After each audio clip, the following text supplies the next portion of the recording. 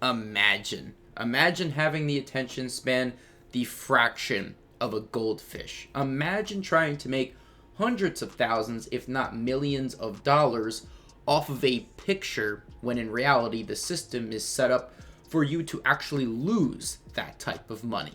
Imagine trying to sell a JPEG because an influencer or a nefarious gaming developer told you to do so.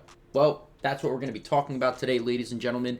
NFTs. Now, I'm going to break down NFTs in the most simplistic manner, right? But if there's some technical guy that wants to go in all the ins and outs in a comment, I will pin it on this video. But basically, NFTs stand for non-fungible tokens, right?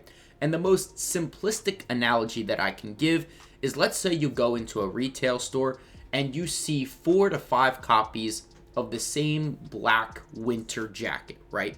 Let's say you already own a black winter jacket that looks like the one in the retail store. However, yours was maybe purchased or gifted to you by a relative. Maybe that relative means something to you, right? Maybe they passed away. Maybe they're still alive. It doesn't matter. It's for sentimental value, right? Let's say this same jacket is losing a button that you really don't care for. Maybe it's got a couple of dirty spots. Maybe it's got a little rip here and there from a crazy adventure you have.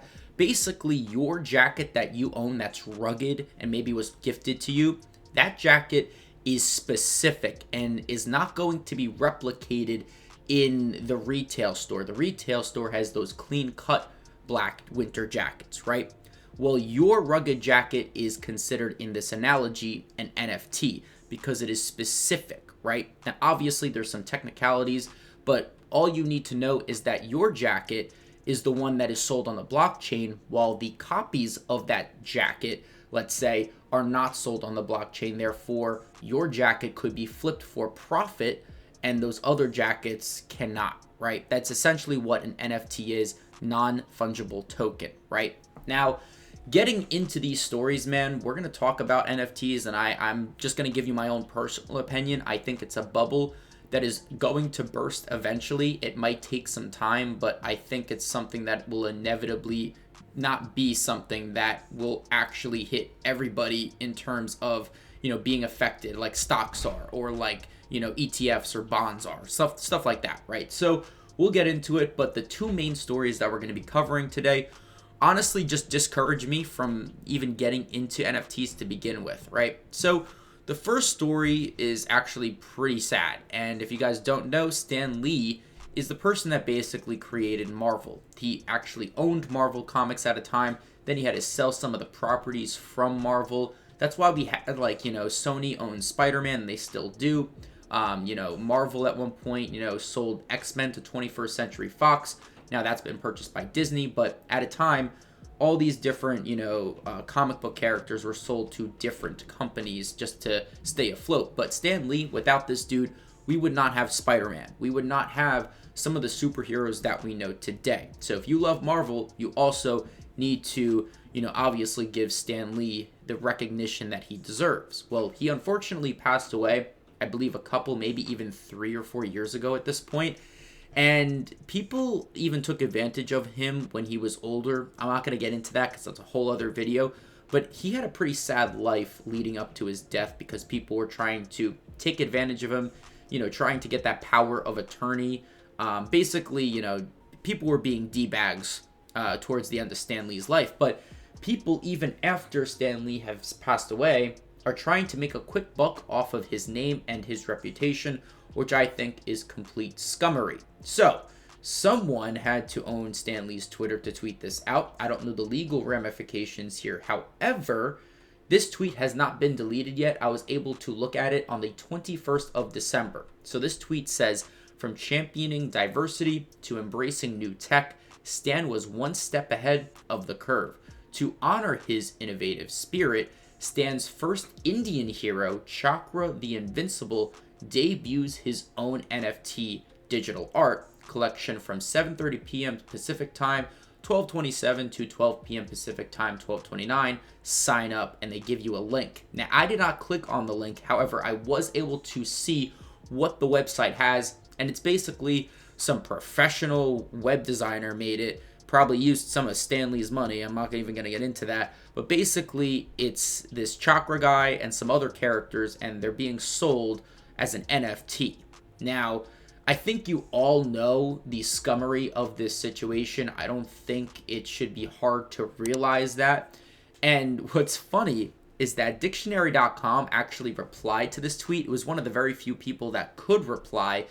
This tweet got ratioed into oblivion to begin with quote tweets and stuff like that. But dictionary.com says the verb defile was first recorded in 1275 to 1325 and comes from the old French word defouler, meaning to trample on, violate. So I think what we're getting at here is that some D-bag basically used Stan Lee's reputation, his Twitter account, to, I guess, coerce his followers, his millions of followers at that, to buy into this specific NFT on this specific website.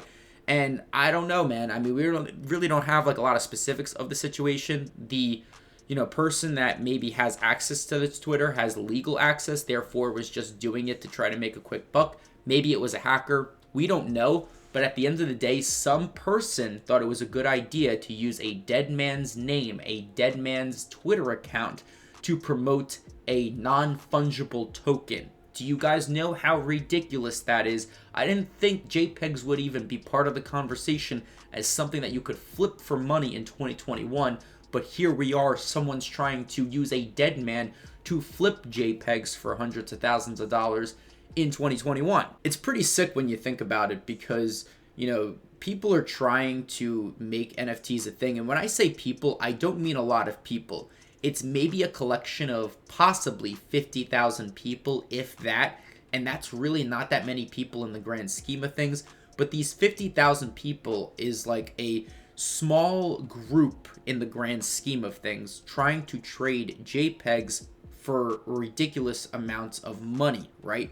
And when you have a bubble like that, when you have a certain amount of people in there that are just trying to trade an infinite amount of supply in these JPEGs, theoretically, the bubble will eventually burst, right? And we'll get into that later on, but we have one more story to cover. So, a AAA developer, and you probably know this, named by Ubisoft. They are the creators of Assassin's Creed.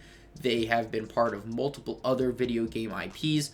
Well, they decided to get into the NFT game itself as well, and they actually partnered up with Aleph.im on blockchain games. And these NFTs are like digital weapons, helmets, sometimes cosmetic pants or shirts. And what you have to do in order to earn an NFT is actually play 600 hours of a game that nobody plays. So what's going to end up happening here, and this is a unique situation, but basically people will have to play 600 hours of a game that they don't want to play in order to get a token from a company they're not going to support because of the NFT profit that they're trying to make while they're already worth millions if not billions of dollars. It's counterintuitive to the actual, I guess, originality and the origin of why NFTs got so popular to begin with. It was meant for, no-name guys to make a ton of money. And I think that even came from, the mentality that everyone had during the GameStop craze during the pandemic. Well, people are trying to make NFTs a thing even after the pandemic. And now companies are trying to make a quick buck from the same thing that is countering the, again, mentality of what NFTs were meant for to begin with, right? So basically, what happens here is that people will have to play 600 hours of this unpopular game, and there will be a limited amount of them due to that fact. However, people are not supporting it and will not be playing it on a grand scheme and a grand scale because people are pissed off that a company that's worth millions, maybe even billions, I'm not too sure, but millions of dollars, we'll say for the sake of this video, and they want to take advantage of, that NFT token growth, right? So, all in all, what are we getting at here? Well, NFTs are pretty nefarious, and I think, there's a lot of foul play in this space. I think a lot of people are making a lot of money, but there's also a lot of people losing a lot of money. And you guys won't see that side because the NFT bros, as we'll call them, this cult, want you to believe that anybody and everybody will make a ton of money. And, even going back to that GameStop example, I know it's not exactly the same thing, but people lost money in that GameStop craze too. You always see the guy that made, $600,000 to pay off the medical bills, or maybe even millions of dollars, and gifted a Nintendo Switch to a local hospital, or maybe multiple Nintendo Switches to a local hospital. But you will never see the amount of people that actually lost a ton of money in the GameStop craze as well. Likewise with NFTs, you're not going to see a lot of people saying, oh, I lost thousands of dollars on NFTs, because then people are just going to call you an idiot for investing in a JPEG to begin with.